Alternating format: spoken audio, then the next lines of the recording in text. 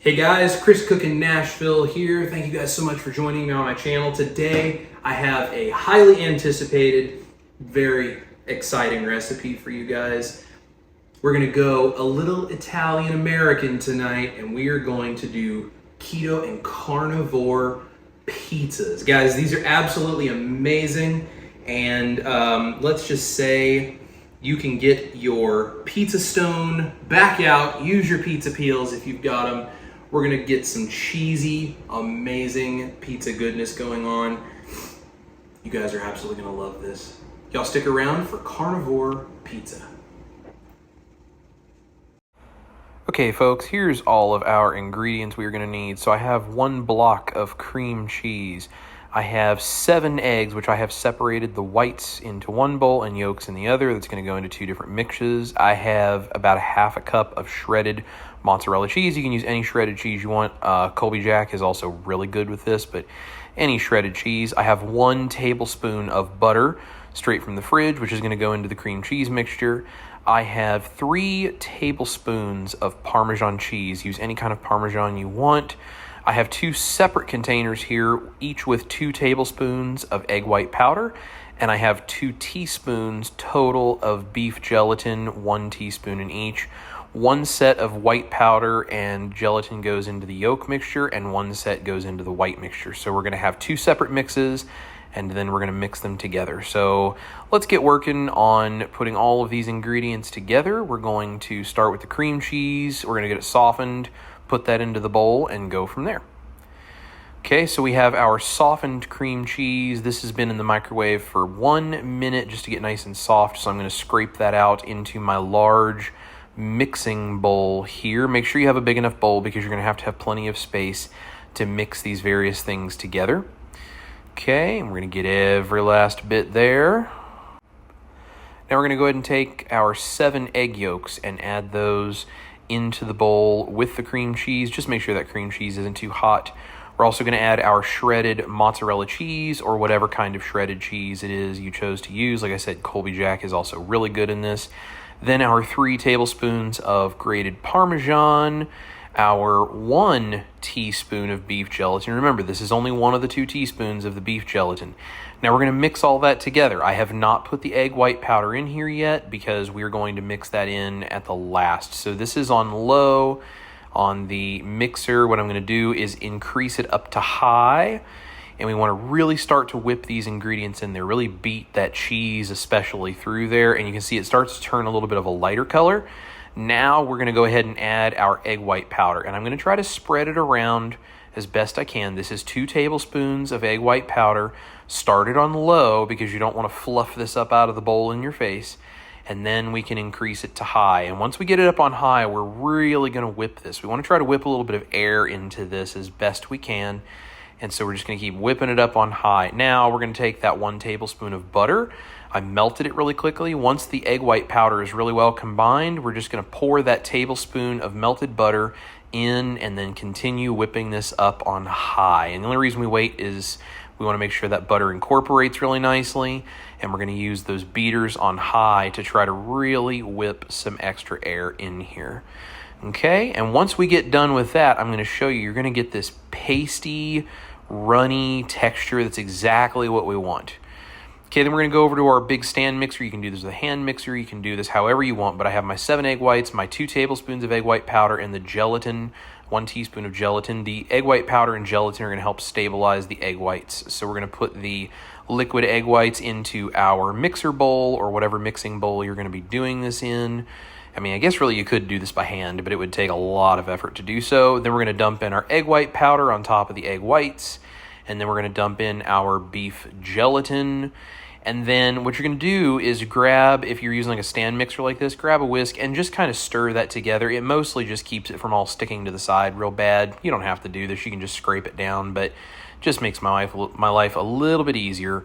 So then we're just going to fit this onto the mixer, or you can use your hand mixer. Again, however you're going to do this, we're going to start it on low, and we're just going to kind of get it moving around and then slowly increase it up to high. Okay, and we're just going to start whipping this on high. Now, how long it's going to take is dependent on your eggs, but you want to make sure to get this whipped enough. Now, this right here, I think, is where a lot of people tend to stop. Okay, this is kind of a soft peak. Do you see how it kind of looks liquidy and wet and it's flat?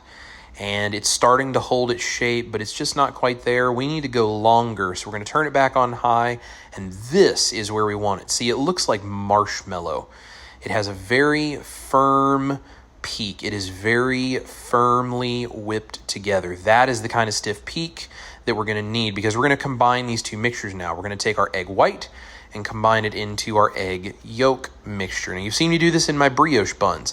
So we're going to take 1/3 of this and fairly stiffly combine it with the fat mixture, the egg yolk and the cream cheese, and that way we can kind of make it fluffier, and then we'll continue on from there. So you can see this is still a very stiff peak. That's one of the reasons we add the extra egg white powder, is it really stabilizes this so that it holds together really well. So I'm going to take about 1/3 of this egg white mixture, put it into the bowl with the egg yolk mixture, scrape down the sides, make sure I have about 1/3 of that, and then I'm going to start folding the yolk mixture over top of this egg white. And when you do this first third, you can be a little more aggressive. You really want to get this egg white combined in. So what I'm doing is cutting through the center and then folding it over, and I'm just going to keep stirring it around. And then with this first third, you can start stirring in circles like this. See these little white dollops in here? You want to make sure to get those all really well mixed in. You do not want little white blobs like that. Once it's all mixed in, you can see it's starting to get a fluffier texture.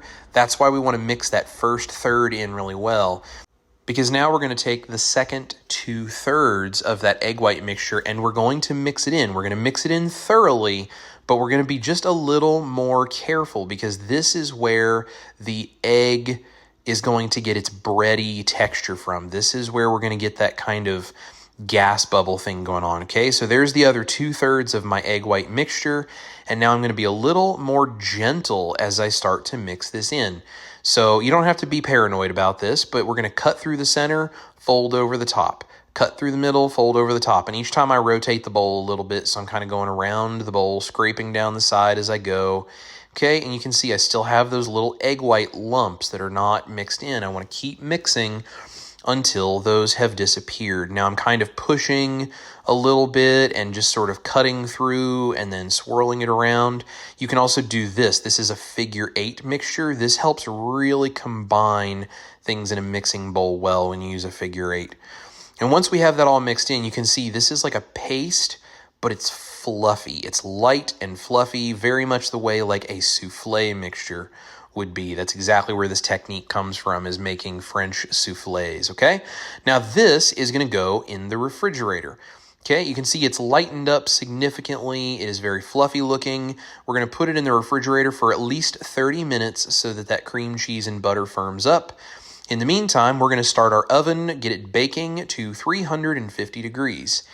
After 30 minutes, we can pull the mixture out, and you can see it has firmed up. It's not as runny now. It does not have to be really firm, but you just want to chill it down. It just makes this a little easier to work with because we're going to split it half on each of these cookie sheets in the middle. Now, you can do one large pizza, or you can do 2 small personal-sized pizzas on each cookie sheet. So I'm just going to put this on these 2 cookie sheets as 2 like 12-inch, like 10 to 12-inch size pizzas.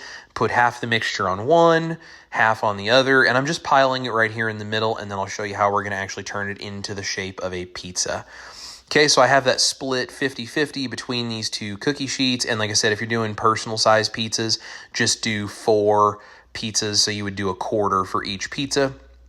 Okay, and I have these piles now of this batter, which is going to become our pizza crust.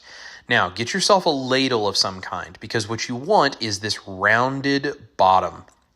We're going to take that round bottom, and we're going to use that to spread our batter. So push it right in the center, and slowly start moving it in a circle. And you can see how it starts to shape this round pizza crust going out around it. Now, I'm pushing from the center and driving that mixture outwards. That's going to keep it nice and flat and nice and round, and it's going to make this little ridge on the outside, which is going to give us the closest thing you can get with something like this to having an actual crust around the outside of the pizza.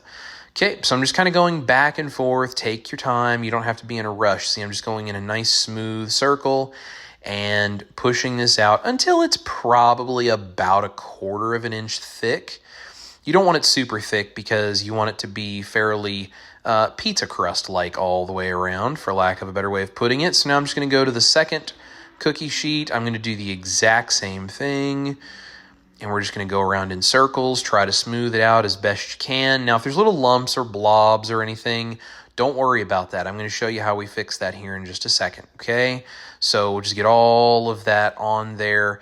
Now, here's our 2 basic pizza shapes. This is kind of the general shape we're going to keep. So if you have these little like dips like this right here, or little blobs or whatever, that's okay. All right, you're going to have some little spots like that. That's fine. Get yourself something like an angled spatula or even just a regular spatula, whatever you have.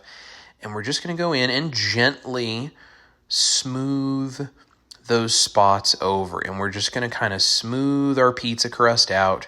And you don't have to be real, like super picky about this, because as soon as you put this in the oven and it starts to get warm, all of this is going to start to flatten out. So see, there's like a large blob there. I'm just going to kind of flatten that out. And just more than anything, make sure that there's no like empty spots where the pizza dough is not going to connect to itself, right? You want to make sure that this is all nice and smoothed out. And then something I like to do, you don't have to do this, but I just run a little line right around the outside. It creates that little bit of a ridge on the outside a little more. Just kind of helps make sure that there's plenty of the batter around the outside to form our pizza crust. Once you have them shaped, these are going to go in our 350 degree oven. Now, I already have my pizza stones in the oven preheating. I'm not too worried about them affecting the way these are going to bake. So that way they're kind of preheated anyway. Both of these go in at 350 degrees, and we're going to set a timer for 15 minutes. Okay, once we come back in 15 minutes, you're going to see they're puffy and they're shiny, and you can sort of push on them and feel just a little bit of resistance. But these are our par-baked pizza crusts that we're going to build our pizza on top of. You can see they're kind of shiny, they're beautiful, and we're going to let them cool completely before we try to take them off of these cookie sheets. They're just absolutely gorgeous, and you can see those bubbles. Now, once they're completely cool, you can see they're going to come right off the parchment paper, and do you see how I can hold it and it looks like bread, and it's already starting to get a brown bottom, and you see how it holds up under its own weight? That's the secret here. And when you push it and squish it, it feels very much like one of those pizza crusts that you would buy at a grocery store that are ready to be baked. Okay, so I just have these 2 stacked over here together. You can kind of see the texture of them. Now, one of the greatest things about this is you can make these and freeze them. So all I'm going to do is wrap these in plastic. I think they actually work better if you freeze them, in fact. So I'm just going to wrap them up in some plastic wrap, fold it around the pizza, then I'm going to fold that over the front and then fold that underneath, and you have a pizza crust par-baked ready to go in your freezer. So again, set it on the plastic, fold the plastic over the pizza, and then I'm going to seal that around the pizza crust all the way around. Take that front lip, fold it up over, and then take the sides, fold them underneath. That makes it nice and airtight, so you can put this in the freezer and have frozen pizza crusts ready to go anytime. Okay, so then all we got to do is walk this over to the freezer, and we're going to put both of these in the freezer to chill out, and you can just have these ready to make pizza. Now, while those are freezing, I'm going to show you how I make my Carnivore pizza sauce. So this is a 1/4 cup of cream, and I added about 2 tablespoons of water, putting it into a bowl over some steaming water for a double boiler. I added a 1/4 teaspoon of garlic powder, a 1/4 teaspoon here of Italian seasoning. This is all totally optional. You season this or put whatever kind of sauce on you want. Then I'm going to do some black pepper, and just got to take a moment to appreciate the beauty of fresh ground black pepper. Okay, so there is our Carnivore pizza sauce starting. So we add a pinch of salt, and then we're going to crack 1 egg. So a 1/4 cup of cream plus 1 tablespoon to 2 tablespoons of water and 1 egg along with those seasonings. We're going to mix this now, and you have to whisk this. You have to keep whisking and whisking and whisking, because if you stop whisking, you're going to make scrambled eggs, right? You can see this kind of whisking, flipping motion. Just keep it moving so that nothing starts to scramble, and it's very quickly going to start to thicken up. As soon as you see it's thickening up, pull it off of the heat and continue to stir it so that that bowl can cool down just a little. Okay, you can see I've got boiling water under there. That steam is what's been heating this up and helping us cook that egg very much like a custard. Okay, once I've got it cooled a little bit, I'm going to add some fresh grated Parmesan cheese. So this is going to be very similar to like an Alfredo style sauce. Okay, and I'm using this microplane because you can see you get these really beautiful fluffy shreds of cheese. And then I'm just going to stir that through while this is still warm.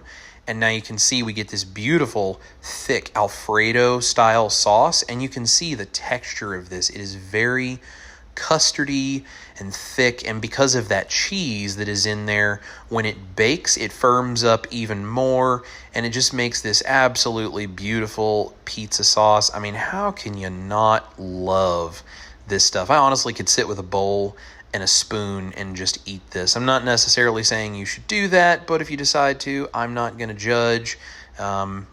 I can't necessarily say that I haven't considered it myself. So, but this thick texture is what you want. This egg being cooked like this creates a nice thick sauce that's going to imitate a pizza sauce. Okay, so we're going to take our frozen pizza crust. This is maybe not quite all the way frozen, but it's pretty close. That's fine. So we're going to pull our pizza crusts out. Now I have 2 pizza peels, so I'm just going to build these directly on the pizza peels, but you can do this however you want. So I'm going to take the pizza crust. I'm going to put my Carnivore pizza sauce, my cream Alfredo style sauce, right in the middle of this crust, right on top of it. And then go ahead, take your spatula, spread it out. Okay, I'm sure you guys probably have somewhat of an idea of how to make a pizza. I'm sure you've seen somebody make a pizza, but this is what we need to do. We just want to spread this out as evenly as we can, so that way it cooks as evenly as possible. And if you want to get real artistic and anal like you want to be like me, that's totally fine. So I'm just going to try to smooth this out here as best I can. Okay, so there is our sauced pizza crust. You can see all the seasonings in that. Again, those are totally optional, but they're so good. Now, here's how I'm going to do my Carnivore pizza. You can do whatever you want, but I have some pieces of Italian sausage. I just bought a clean Italian sausage and cooked it up in these little pieces. Okay, and so I'm just going to top this pizza with Italian sausage like I'm in a pizzeria. Then I have a fairly clean pepperoni as well. This is completely 0 carb, no fillers. And I'm just going to go around and top my pizza with pepperoni. Now, you can be picky like me and go around in a circle and try to do this 1 piece of pepperoni at a time. Or if you want to just get things done a little bit quicker, feel free to chop it up. Feel free to put this on in handfuls. Listen, whatever makes you happy, you can top your pizza however you want. There's our mozzarella cheese that I have just shredded that is going to be going on this as well. Okay, so I'm going to go around and put pepperoni all over the entire thing. And then you're going to see here in a moment what I'm going to do is after I've gotten all the toppings, the like pepperoni and the sausage, that's when I'm actually going to put my cheese on. So this is something my wife and I were talking about. I wait to put cheese on until after I put the other toppings on. Some places do that, some places do it the other way. But the reason I like to do that is when I'm putting this cheese over top of the pepperoni and the sausage, when that cheese melts, number one, it's going to brown easier, which I like. But also that melted cheese is going to help glue all of those other toppings down against the pizza so you don't have to worry about all your toppings falling off while you're eating. And in true Emeril Lagasse style, I had to give you guys a little bit of a beautiful Bam style cheese drop here. So beautiful. So I've got my pizza made and I've got my wife's keto pizza made as well. We can talk about that. The last thing I'm going to do is put a little bit of Parmesan cheese over the top. This is going to do 2 things. Number 1, it just tastes fantastic. But number 2, those fine shreds of that Parmesan cheese you're seeing brown really nicely, and they get this incredible toasty brown flavor from the oven. Make sure to get yourself a nice even coating, and you'll be extremely happy with the way it comes out. Okay, so we're going to take our pizzas on the pizza peel. Number 1 is going to go in the oven. The oven is at 525 degrees, and I let these preheating stones sit in there for 45 minutes to an hour before putting the pizza in. So there goes number one. Watch what I'm doing here. So you stick your pizza in and then quickly slide the peel back from underneath of it. And then we're going to leave those in there. And here we are. This is 12 to 15 minutes later. Depends on your oven.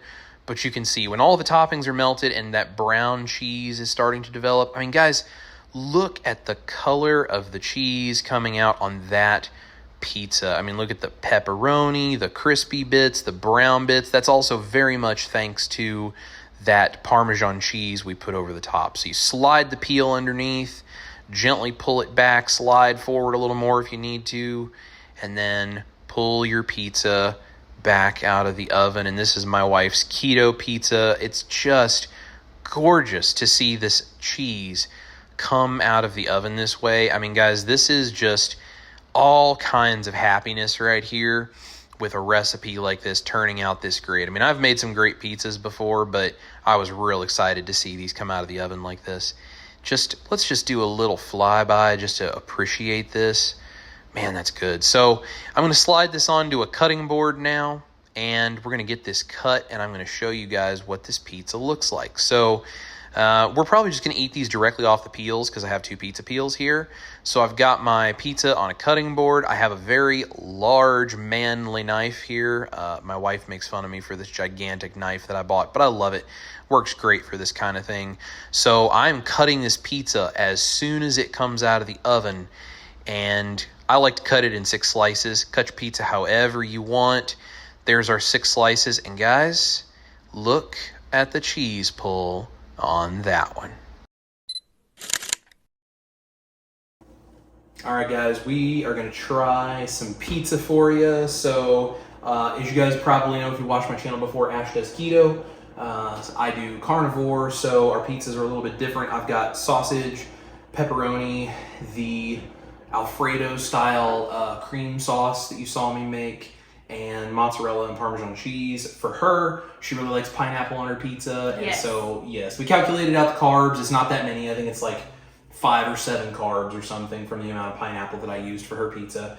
And then she also has sausage, and I did a low-carb tomato sauce that has about 3 grams of carbs for the amount that I used. And the Italian sausage, the mozzarella cheese, Parmesan cheese, that's all the same as mine. So anyway, these look absolutely fantastic. They came out beautiful, and I'm really excited to have dinner. So yeah, you wanna give yours a taste and see what you think? Yeah, absolutely. Okay. I've been really looking forward to this for a long time. Do you guys see how you can pick it up like an actual piece of pizza? Yeah. Like it doesn't fall over, and like you can see like underneath it actually looks like a normal pizza crust. So absolutely. Yeah. See what you think? The cheese pull is the best. Always. Oh man. I'm gonna eat this whole pizza. One sitting, whole pizza. That's right. That's right. That's the way we do it. Let me try mine over here, the carnivore version.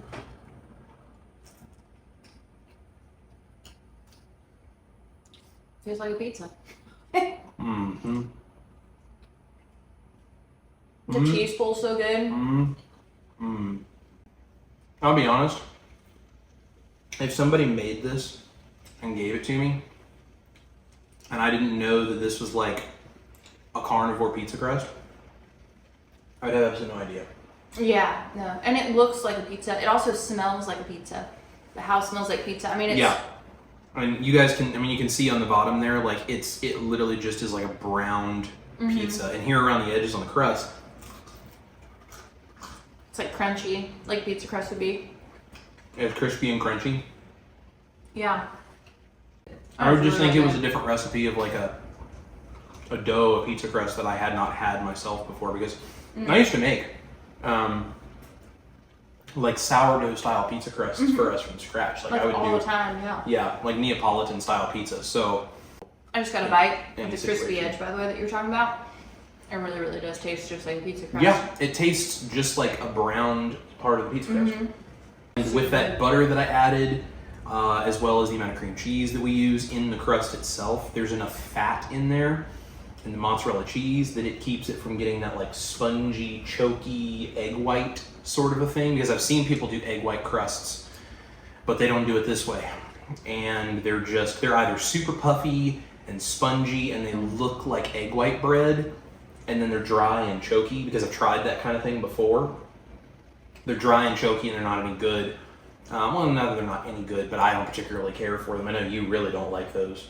My opinion, and this definitely does not taste like egg. Because if this tasted like egg, I would not be eating it. I'm almost done with my first slice. So, but I can't stand when like foods like crust or breads or anything taste like egg personally. Not, you know, a lot of people I'm sure doesn't bother, but for me, I don't want to eat something like a pizza and feel like I'm eating eggs. Because if I wanted eggs, I would just eat eggs. That's my opinion, but no, this does not taste like eggs to me. It's I think the other thing is when you do just the egg white crusts, like we've done in the past when I've tried it some different times, other people's recipes, even if it doesn't taste like eggs, which sometimes they do, but even if it doesn't taste like eggs, it has that weird styrofoam, memory foam, spongy, eggy like texture. Yeah. And it makes you know you're eating eggs right away. This, I honestly would not know this is not bread.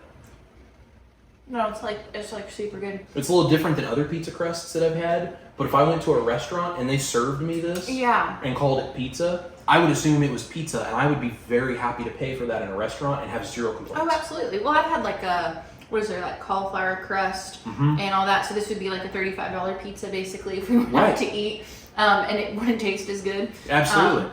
But yeah, I mean, it's just almost like a different form of crust. But you know, the other thing with like pizza is you put like the sauce and all the cheeses and the toppings and the meat. It's like the bread quotation parts.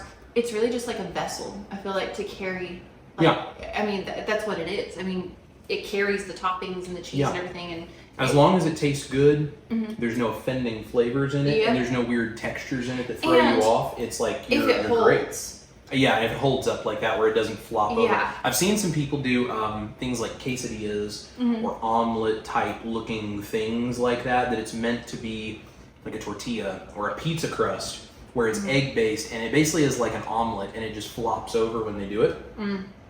When I see that, I immediately know the texture that's going to have, the flavor that's probably going to have. Right.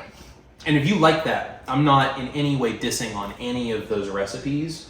I know there's a lot of people that love them, and that's fantastic, and they are very simple sometimes to do, like in a skillet or something, quickly. That's awesome. But it just doesn't do it for me. And something like this, like I said, you could literally serve this to me in a restaurant and say, hey, here's your pizza crust. I wouldn't even think twice. I would never even question it.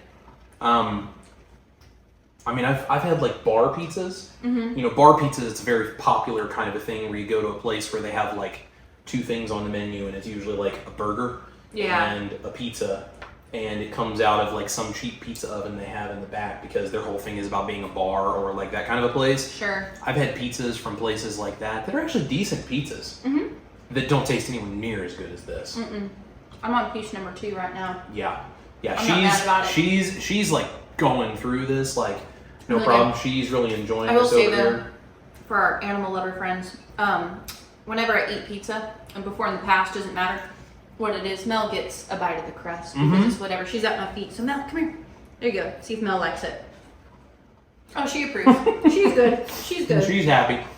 That's her favorite. This is really good. And honestly, with this cream sauce on this, I do not miss pizza sauce at all. Can I try a bite? You want to try it? Yeah, I think.